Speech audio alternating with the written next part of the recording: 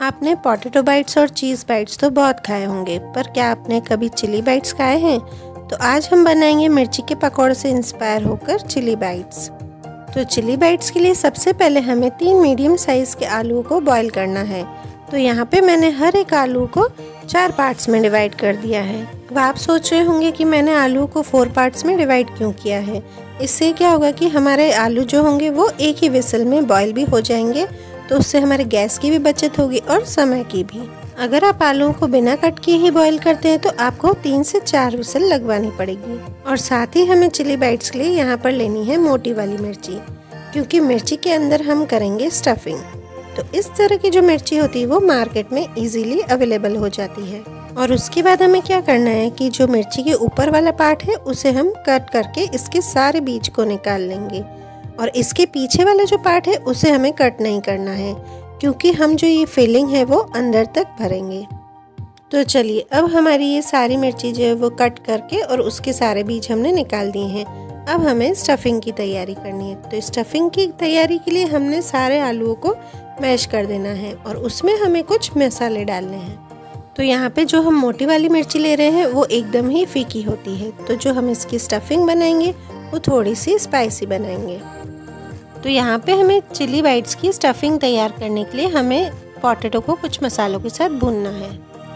तो सबसे पहले हमें पैन में 1 टेबलस्पून जितना ऑयल डालकर उसमें डालेंगे 1 टीस्पून राई, 1 टीस्पून जीरा, 1 टीस्पून हींग, 1 टीस्पून लाल मिर्च पाउडर और स्वाद अनुसार नमक। और जो मैंने यहाँ पे लाल मिर्च पाउडर डाला है वो स्पाइसी डाला है, क्योंकि आपको मैंने पहले ही बोला था कि जो हम स्टफिंग बनाएंगे वो थोड़ी सी स्पाइसी बनाएंगे। और फिर उसमें कलर के लिए मैंने यहाँ पर डाली है 1/2 टीस्पून जितना हल्दी पाउडर। और इसका टेस्ट और बढ़िया करने के लिए हम यहाँ पर डालेंगे 1 टेबलस्पून जितना जिंजर गार्लिक की पेस्ट, और साथ ही डालेंगे 1 टीस्पून जितना आमचूर पाउडर। अगर आपके पास आमचूर पाउडर अवेलेबल नहीं हो तो आप इसकी जगह नींबू का रस भी डाल सकते हैं। अगर आप इसमें आमचूर पाउडर की जगह नींबू का रस डालते हैं तो वो आप आलूओं को मिक्स करके उसके बाद ही इसमें डालें, क्योंकि अगर आप नींबू का रस मसालों के साथ पकने में डालेंगे तो इसकी जो स्टफिंग है वो हल्की सी आपको कड़वी लगेगी। अब इन मसालों को थोड़ा सा भूनकर हम इसमें डालेंगे मैश किए हुए आलू, और उसे हमें अच्छे से मिक्स करना है। और मिक्स करने के बाद भी हम इन आलूओं को 3 से 5 मिनट तक अच्छे से भूनेंगे। चलिए, तो अब ये हमारा मसाला अच्छे से भून गया है। अब इसे हम किसी बाउल या प्लेट में ट्रांसफ़र कर देंगे। अब इसकी हमें करनी है मिर्च में स्टफिंग।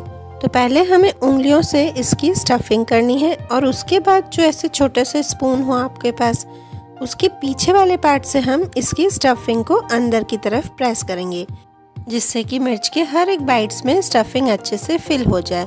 मतलब कि अगर हमें मिर्च के लास्ट वाला पार्ट भी हम खाएं तो उसमें अच्छे से स्टफिंग की हुई हो। आप ध्यान से देखना कि मैं इसे ये किस तरह से स्टफ़ कर रही हूँ, और ये एकदम इजीली ही स्टफ़ हो जाते हैं। अगर आपके घर में पार्टी हो या अगर कोई गेस्ट आने वाले हों तो आप इवनिंग स्नैक्स में भी इसको सर्व कर सकते हैं, और आप इसे पहले से ही तैयार भी करके रख सकते हैं। जैसे कि आप इसमें मिर्ची की स्टफिंग करके रख दें, और जिस समय आपको इसको सर्व करना हो उस समय आप सिर्फ इसे फ्राई करके गर्मा गर्म सर्व करें। तो मैंने यहाँ पे सारी मिर्ची को स्टफ़ करके रख दिया है।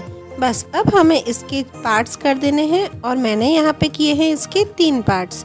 तो आप चाहें तो इसे 4 पार्ट्स में भी डिवाइड कर सकते हैं।